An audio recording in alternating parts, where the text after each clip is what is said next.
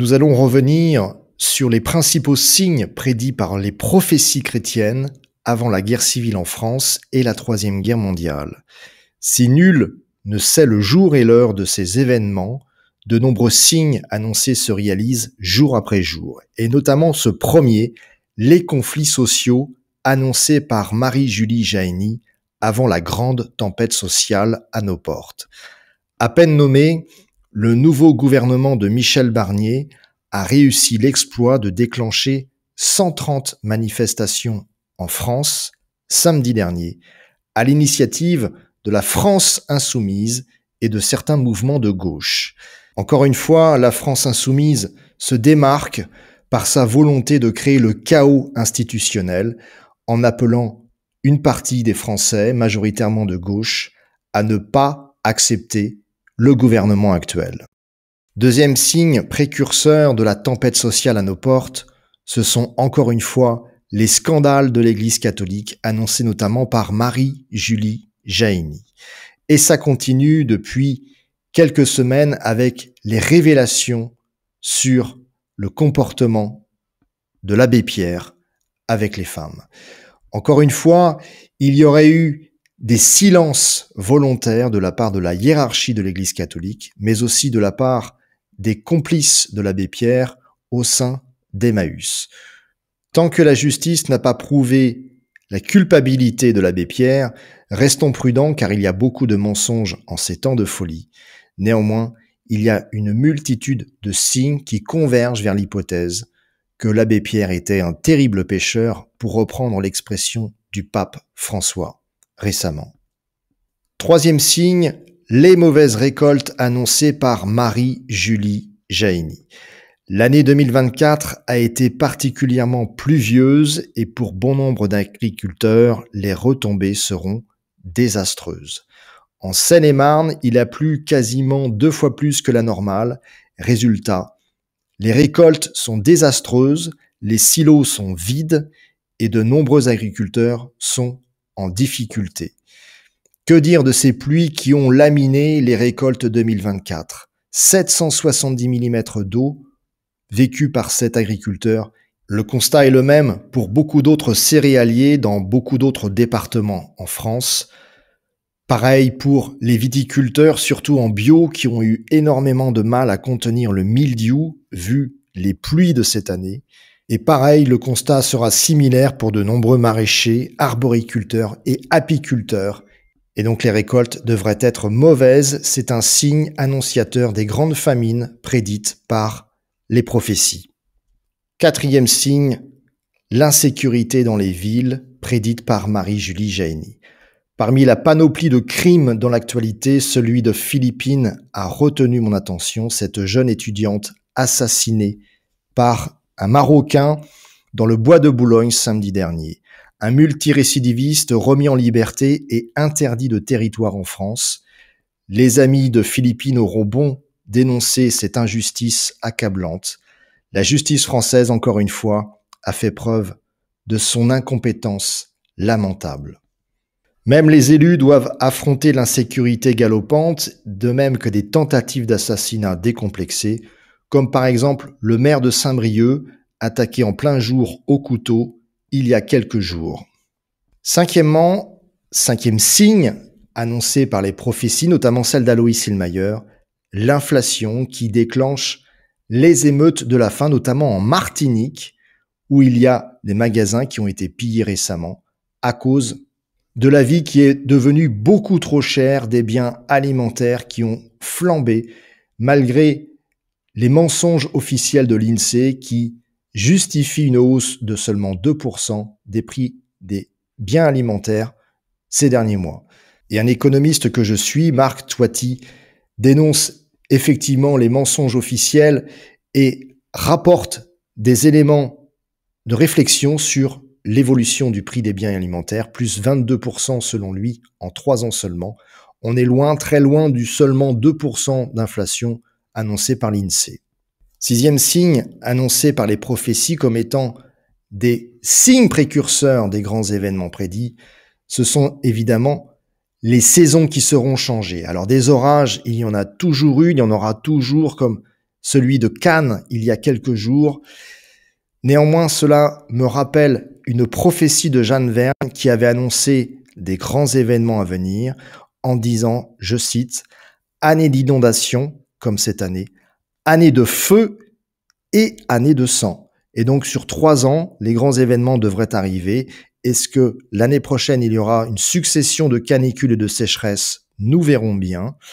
Est-ce que 2026 sera l'année des grands événements annoncés par les prophéties? Nous verrons bien. Mais le ciel nous envoie fréquemment de nombreux signes et encore une fois, des aurores boréales ont été aperçues au-dessus du ciel de France et du Royaume-Uni il y a quelques jours seulement. C'est la 4e fois en moins de 6 mois qu'il y a des aurores boréales vues en France. Cela nous rappelle effectivement les prophéties d'Alois Hielmeier qui parlait de signes dans les cieux vus par des millions de personnes avant la Troisième Guerre mondiale. Il faut donc regarder ces aurores boréales spectaculaires à la lumière de la foi chrétienne. Ce sont des événements purement naturels liés à une éruption solaire. Néanmoins, y a-t-il derrière une volonté du ciel de nous avertir de l'imminence des grands événements? J'en suis convaincu, mais ce n'en reste qu'une hypothèse, qu'une conviction personnelle. 7e signe précurseur annoncé par les prophéties, la guerre à l'Est, pour reprendre l'expression exacte d'Alois Hielmeier. Et là, encore, nouvel avertissement de Vladimir Poutine qui a brandi à nouveau mercredi la menace d'utiliser des armes nucléaires en cas d'attaque aérienne. Pourquoi? Parce que le Parlement européen vient de donner son feu vert à l'Ukraine pour utiliser des missiles à longue portée pour frapper le sol russe. Réponse de Vladimir Poutine, en cas d'attaque aérienne, avec des armes françaises, anglaises ou américaines, ce serait aussitôt la Troisième Guerre mondiale. Autant vous dire la gravité des événements que beaucoup ne comprennent pas. Nous frôlons à chaque instant le déclenchement de la Troisième Guerre mondiale. 8e signe annoncé par les prophéties, celle de Marie-Julie Jahenny notamment, c'est la présence de militaires français à l'Est, liés probablement à la guerre en Ukraine actuellement, et ces militaires sont déployés effectivement à l'Est. Il y a une présence française en Ukraine, notamment avec la présence de légions étrangères sur le sol ukrainien, et donc une nouvelle prophétie de Marie-Julie Jahenny se réalise, et les forces de l'OTAN devraient donc se préparer à l'attaque surprise de l'armée russe, qui est en train, comme par hasard, comme un nouveau signe de l'imminence des événements, l'armée russe est en train de recruter à tour de bras, vu la présence de l'OTAN à ses frontières. Quand l'étincelle de la Troisième Guerre mondiale va-t-elle démarrer sur le sol européen? Mystère, Dieu seul le sait, mais tous les protagonistes sont en train de mettre en place leurs hommes. 8e signe annoncé par les prophéties d'Alois Hielmeier, cette fois, il parlait de 3 assassinats de personnages importants et, comme par hasard, comme un signe que nous devons lire à la lumière de la foi chrétienne, Donald Trump a encore une fois évité une tentative d'assassinat il y a quelques jours. Plus grave encore, plus récemment, pas plus tard qu'hier, au moment où j'enregistre cette vidéo, Donald Trump a reçu des menaces de mort de l'Iran, et tous ces faits démontrent qu'il faut surveiller de très près nos grands dirigeants, peut-être qu'un jour ils seront assassinés les uns après les autres. C'est au moment de l'assassinat d'un 3e grand personnage que la Troisième Guerre mondiale serait déclenchée dès la nuit suivante, selon Alois Hielmeier. 9e signe annoncé par les prophéties de Marie-Julie Jahenny, mais aussi de Mère Marie de la Croix, d'Alois Hielmeier et du Père Paisios, c'est l'explosion au Proche-Orient, avec d'un côté Israël, qui devrait être impliqué dans l'explosion de plusieurs guerres soudaines et meurtrières, et nous en prenons le chemin vu ce qui s'est passé au Liban ces derniers jours et ce qui continue de se produire actuellement. La question qui est reprise sur les plateaux de télévision est de savoir est-ce qu'il y aura un embrasement total dans la région du Proche-Orient. Les prophéties sont claires, elles annoncent que oui, il y aura une guerre totale entre l'Iran d'un côté et Israël de l'autre. Mais contrairement à ce qu'on pourrait croire, ça n'est pas forcément Israël qui sortira gagnant de cette guerre qui est à nos portes. 10e et dernier signe annoncé par les prophéties devant déclencher les grands événements, c'est le chômage de masse et la précarité des ouvriers. Et comme par hasard, les chiffres du chômage devraient être en hausse spectaculaire à la rentrée. Le nouveau gouvernement ne devrait pas infléchir cette tendance de fond, puisque 2 mois sans gouvernement a produit des effets délétères sur l'état d'esprit des Français et notamment des chefs d'entreprise qui, voyant l'instabilité politique de notre pays, n'hésitent plus à licencier faute de visibilité, mais faute aussi de perspectives favorables. Aussitôt nommé Premier ministre et aussitôt après avoir nommé un gouvernement, il aura quand même fallu 2 mois, quand même, on nous annonce un enfer fiscal avec toute une panoplie de mesures qui devraient défavoriser les entreprises, les entrepreneurs. Et donc, il faudra bien à un moment donné trouver des solutions et ces solutions, d'après les prophéties, n'arriveront pas.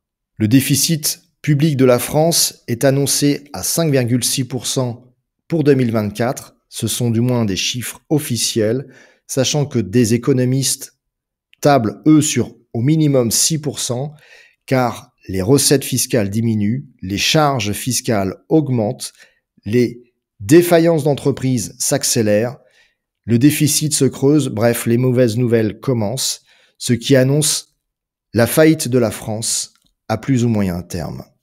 De bonnes nouvelles tout de même pour terminer cette vidéo. Le calme est revenu en Angleterre après les émeutes de cet été. Tant que l'Angleterre reste dans le calme social plus ou moins relatif, la France ne devrait pas connaître la Révolution ni la Troisième Guerre mondiale. Alors pour nous chrétiens, nous devons continuer à prier et aller vers les sacrements. Et ces images spectaculaires le prouvent. Il s'agit d'un miracle eucharistique qui a été filmé en Colombie, près de Bogota, il y a quelques semaines, au mois de août 2024. Oui, nous devons garder la foi, l'espérance et la charité, ne jamais sombrer dans le désespoir, car le désespoir et la peur sont 2 sentiments démoniaques. Nous devons garder une foi absolue en Dieu. Nous devons vivre une vie de prière et de sacrement en conformité avec les valeurs de l'Évangile, c'est-à-dire en adoptant une attitude chrétienne positive et joyeuse.